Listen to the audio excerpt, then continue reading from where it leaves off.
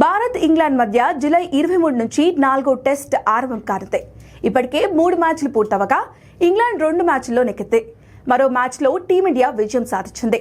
ప్రస్తుతం ఇంగ్లాండ్ ఆధిక్యంలో ఉంది. ఇక సిరీస్ నెగ్గాలి అంటే చివరి 2 టెస్టుల్లోనూ టీమిండియా తప్పక నెగ్గాల్సి ఉంటుంది. అయితే ఈ 4వ టెస్టుకు ముందు టీమిండియాను అనేక విషయాలు కలవరపెడుతున్నాయి.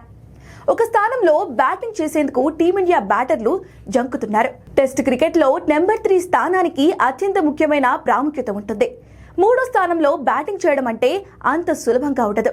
టీమిండియాలో గతంలో ఈ స్థానంలో రాహుల్ ద్రావిడ్, ఆ తర్వాత చేతేశ్వర్ పుజారా బ్యాటింగ్ చేశారు.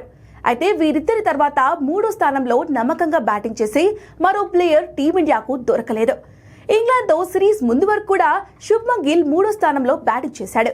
కానీ ఈ ఇంగ్లాండ్ సిరీస్లో గిల్ 4వ స్థానంలో బ్యాటింగ్ చేస్తుండగా సెంచరీల మీద సెంచరీలు బాతాడు. ఇంగ్లాండ్ సిరీస్ను ఉదాహరణగా తీసుకుంటే తొలి టెస్ట్లో సాయి సుదర్శన్ 3వ స్థానంలో బ్యాటింగ్ చేశాడు. తొలి ఇన్నింగ్స్లో డకౌట్ అయ్యాడు. ఇక 2వ ఇన్నింగ్స్లో కేవలం 30 పరుగులు మాత్రమే చేశాడు. అనంతరం అతన్ని ప్లేయింగ్ 11 నుంచి తప్పించారు. ఆ తర్వాత కరుణ్ నాయర్ అతడి స్థానంలో చివరి 2 టెస్టుల్లో 3వ స్థానంలో బ్యాటింగ్ చేశాడు. అయితే తన ఇన్నింగ్స్లను మంచిగా ఆరంభించినా భారీ ఇన్నింగ్స్లను మార్చలేకపోయాడు.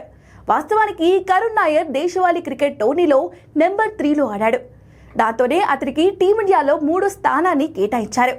అయితే అతడు మాత్రం పరుగులు చేయడంలో విఫలమయ్యాడు.